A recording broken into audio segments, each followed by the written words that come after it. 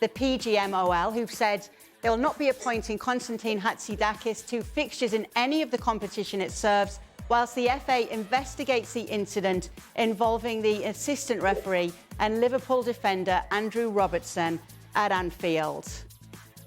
It's a very interesting situation, Mark. What more can you tell us about it? Yeah, I think it's a very unfortunate situation. If we look at now what's been happening over the last weeks with Mitrovic, where he's held the referee, he's got an 8-match ban. I think now that the whole thing is now focused on how players' relationships is with referees. If you look at Andy Robertson, for example, he's approached the referee. This is not acceptable behaviour. He does touch the assistant, but what the assistant probably does, he shakes him off, and what it looks like is he throws an elbow. If you throw an elbow like a player does, you make the fist clenched and you pull the arm back. So I don't believe it's an elbow. I thought it was more of a reaction to Andy Robertson touching the assistant, and he's pushed him off. The images don't look clever. What we have to accept is professional sportsmen. It will go through a process. Both parties will be interviewed, and I'm sure that there will be a suspension for the assistant referee. Does he regret it today? Probably. In the heat of the battle, there was some things probably said, he shrugged them off.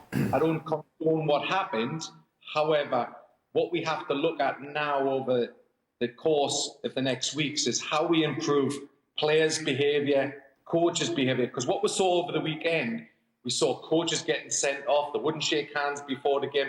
We even had a coach from Brentford admit that he harassed the fourth official because he saw another coach from previous games harassing the fourth official. So they would believe they do it. So I think there's a breakdown of communication between the PGMOL, the referees, and we need to get back to where referees are respected by players and coaches. I think they need to. I honestly think it's got to a stage, and the Mitrovic one, Shaki, we were in here, and I thought it was a disgrace. And 8 games, I've got no problem with that. What he got, because you have to make an example. There's been others, but it's gone bonkers recently. We saw a referee, and I think it was in Mexico, the South America, knee a player in the groin. I mean, there's been other incidents, but the players themselves, I think there has to be some sort of law looked at where you can't get within a metre intentionally of an official on the field of play, and once you encroach in that distance, it's an automatic yellow card or something like that, because players are getting in the referees' faces too much these days. And it has got better to an extent, but we've seen an uptick recently of this happening. I agree with Mark. I think it's an unfortunate incident. I think there has to be a suspension for the official. But we have to look at what the players are doing as well. And I know 2 wrongs don't make a right. And you can't throw your arm up at a player, and you can't throw your arm up at an official. And it really has sort of snowballed recently, not just with the Mitrovic stuff, but there have been others. And as somebody, I've done it myself, but more verbally to referees. I've never got that close in a referee's face. And I think we have to do something about that to stop these players harassing and haranguing the officials who are just trying to do their job. And that's part of it as well. But I agree. I think he's going to face quite a little bit of time on the sidelines, the official, that is. Well, Andy Robertson was booked at the time when that happened, but what should the punishment for the assistant be here?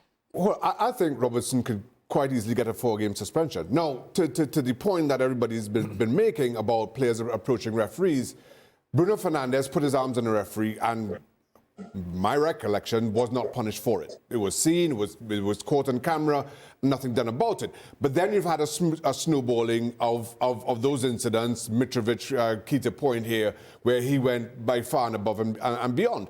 But if you aren't prepared to take retrospective action, in the case of Bruno Fernandes, then you kind of setting yourself up for players to kind of approach officials as Andy Robertson did. Now, I have absolutely no issue if Robertson gets a 4-game suspension for putting his hands on the referee, the assistant referee. I don't see this as just being, well, we have to kind of figure out the protocols and in dealing with the official. As an official, you cannot throw an elbow. And I understand Mark is a fully paid member of the referees union, so he says he's shrugging him off. I see it as so much more sinister than that. And as the guardians of the game, if you cross that line, so while we could make that argument for Robertson or Fernandez or Mitrovic about a 4-game, 8-game, 12-game suspension as one of the guardians of the laws of the game. From the time you take that action, I think you're setting yourself for a whole lot more.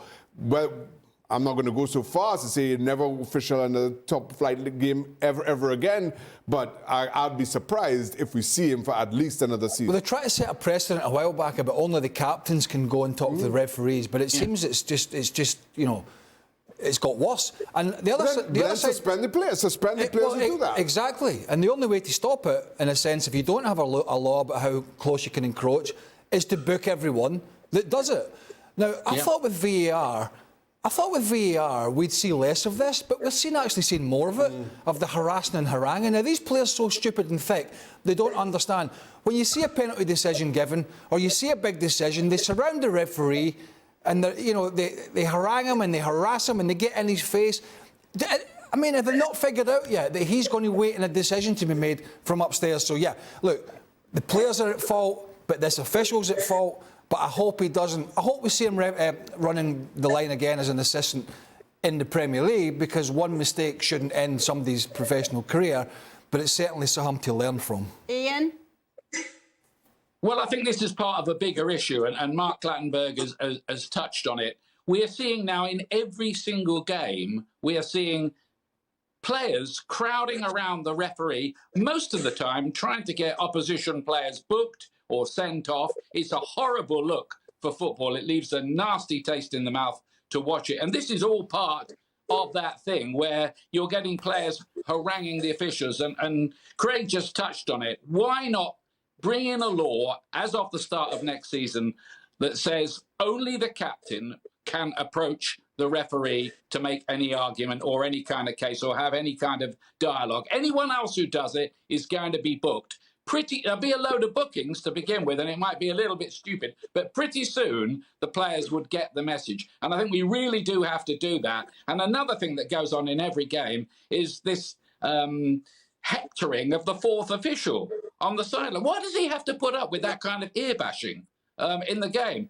Can't we separate him from the kind of stuff that was going on in the Brentford-Newcastle game? So it's a very bad look for the game, and I think action does have to be taken, and very urgently, about it. Well, thank you very much for watching ESPN on YouTube. For more sports highlights and analysis, be sure to download the ESPN app. And for live streaming, premium content, and let's not forget as well, ESPN FC 7 days a week. Subscribe to ESPN Plus.